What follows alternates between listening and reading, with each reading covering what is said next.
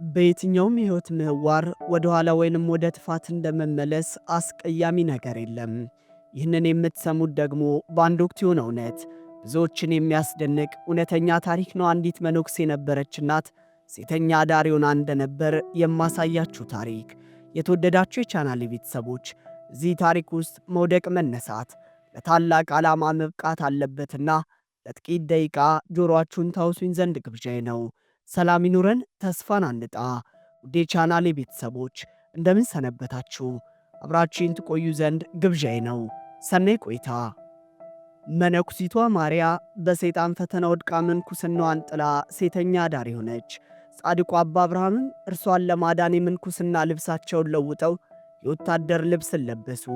አባ አብርሃም ወላጆቻቸው እጅግ ብዙ ሀብት ተውላቸው ያረፉ ቢሆኑም እርሳቸው ግን ያንን ሀብት በሙሉ ለድሆች ለጦም አዳሪዎች ሰጥተው አንድ ሰሌን ብቻ ለራሳቸውም ገዙ።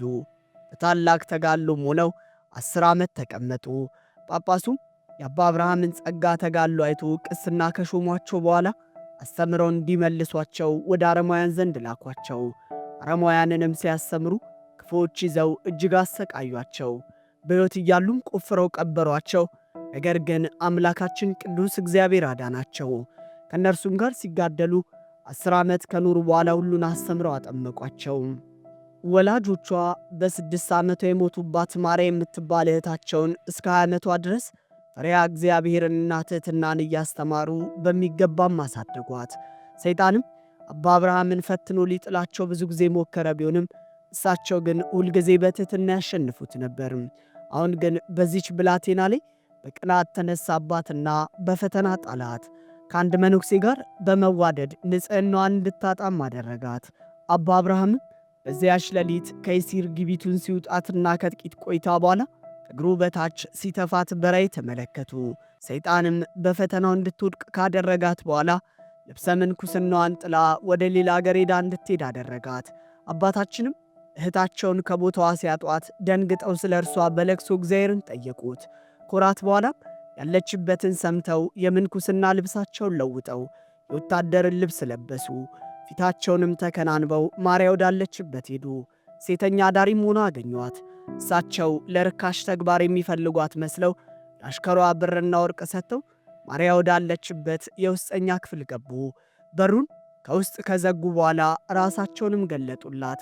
እርሷም ስታውቃቸው በጣም ደንግጣ እንደ በድን ስትሆን፣ እሳቸው ግን ልጄ ሆይ አይዞሽ ከእግዚአብሔር በቀር ከኃጢአት ንጹሕ የሆነ የለም እያሉ መክረው አጽናንተው በንስሐ እንድትመለስ ካደረጉ በኋላም በመጡበት ፈረስ ከኋላ አስቀምጠው ወደ ገዳም ወሰዷት።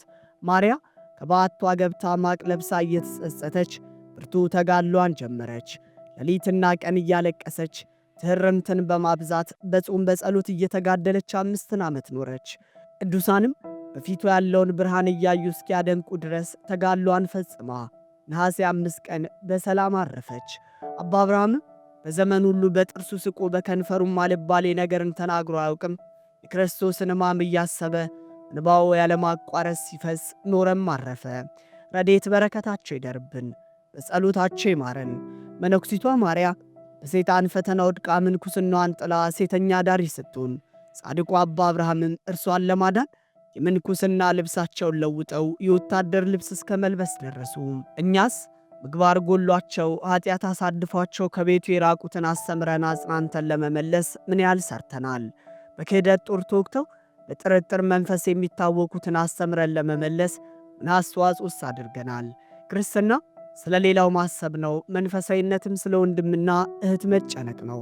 የቅዱሳን አባቶቻችን አምላክ በክህደት የጠፉትን ይመልስልን፣ በኃጢአት ያደፉትን በንስሐ ያንጻልን። ከላይ ካነሳነው ታሪክ እንደምንማረው እግዚአብሔር በወጀብና በአውሎ ነፋስ ውስጥም መንገድ አለው የሚለው ቅዱስ ቃል የታመነ መሆኑን ነው። ወጀብና አውሎ ነፋስ መንገድ የሚዘጉ አላሳልፍ ብለው የሚያስጨንቁ ናቸው። ወጀብ ሲነሳ መርከቡ መናወጥ ይጀምራል። ተሳፋሪውም ብዙ ብርና ወርቅ ቢይዝም በባህር ላይ ካለ ባለጠግነት ምድር ላይ ያለ ድህነት ይሻላል ይላል፣ ቢያንስ ሕይወቱን ያተርፋልና። ወጀቡና ነፋሱ የተወሰነውን የመርከብ አካል ሳይሆን ሁሉንም ያናውጣል። ወዮለት ለካፒቴኑ ብሎ ተሳፋሪውም አይመጻደቅም። ሁሉንም ይዞ የሚሄድ የሞት ሰረገላ ሊሆን ይችላል። በአገር ላይ የሚመጣ ነውጥም ለይቶ የሚጎዳ ሳይሆን ሁሉን የሚያደማ ነው። የወጀቡ አቅጣጫ መቀየር እንደ መፍትሄ ይወሰዳል። መንግሥታት የፖሊሲና የፖለቲካ ኢኮኖሚ ማሻሻል በማድረጋቸው የማይቆም ወጀብ ሊነሳም ይችላል። አንዳንድ ወጀብ በንስሐ ብቻ ጸጥ የሚል ነው። ጊዜ በማይሰጠው ሕይወትንም ንብረትንም ሊነጥቅ በመጣ ወጀብ በሚያናውጥ የሽብር ዜና ውስጥ እግዚአብሔር መንገድ አለው። ወጀብና ነፋሱን ገስጾ መንገድ ይሰጣል። ሌላ ጊዜ ወጀብና ነፋሱ እያለም መንገድ ይሰጣል። ምናልባት የተፋነውን በምላሳችን ወጀብና ነፋስ መጥቶብን ይሆናል። እግዚአብሔር የያዘልን መከራ ፈተና ከእርሱ ስንርቅ ላያችን ሊወርዱብን ይሆናል። እግዚአብሔር በቃልም በጽሑፍ መልእክት ይልካል። ለነነዌ ነቢዩ ዮናስና ናሆም ተልከዋልና እኛስ አላሳልፍ ያለን ወደፊት መራመድ ባሻገር መመልከት የከለከለን ተስፋና ጉልበት ያሳጣን ምን ይሆን? በምታነክስ ሀገር ላይ መኖራችን ይሁን? ዕለት ዕለት የሰዎች መጨካከን፣ ፈውስ ያጣንለት በሽታችን፣ የልጆቻችን አጉል ምርጫ እንዴት እናልፈዋለን እያሰኘን ይሁን? ፍርድ ከሚወጣበት ከጽዮን ቤተ ክርስቲያን ፍርድ ማጣታችን ደጃፉን ግድግዳ አድርጎብን ይሁን? መምህራን በሐሰት ዳኞች በጉቦ መታወራቸው መድረሻ ጠፍቶን ይሁን? በንስሐ በጌታ ፊት እንውደቅ፣ እርሱ መንገድ አለው።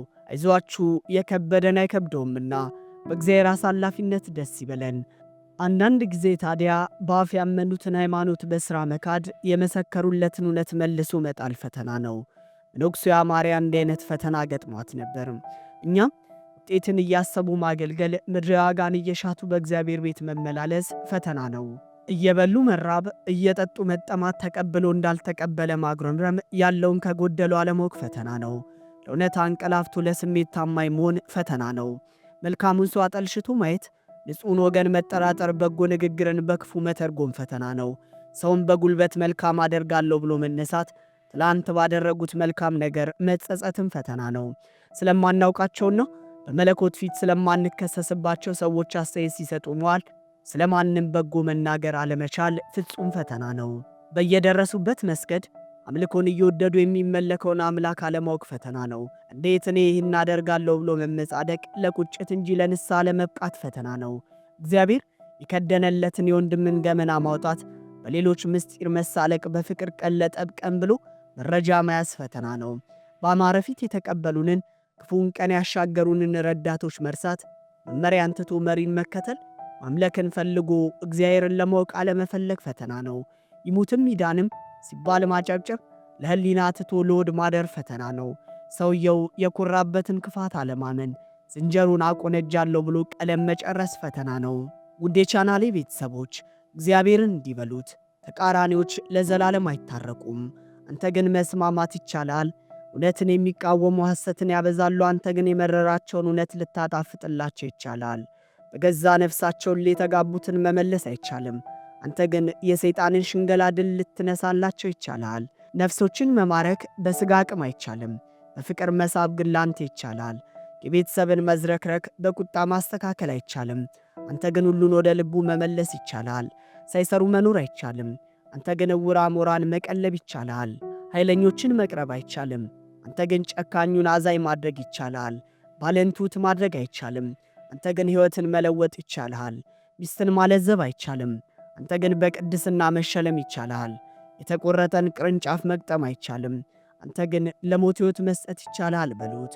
በእኔ አይቻልም፣ በአንተ ግን ይቻላል በማልችለው ነገር ላይ ጌታ የሆንከው መድኃኒቴ ኢየሱስ ክርስቶስ ሆይ በመቃብሬና በዘላለም ሞቴ ላይ ሥልጣንህን አምናለሁ በሉት። ምንጭ ማኅበራዊ ድረገጽ። ይቆየን።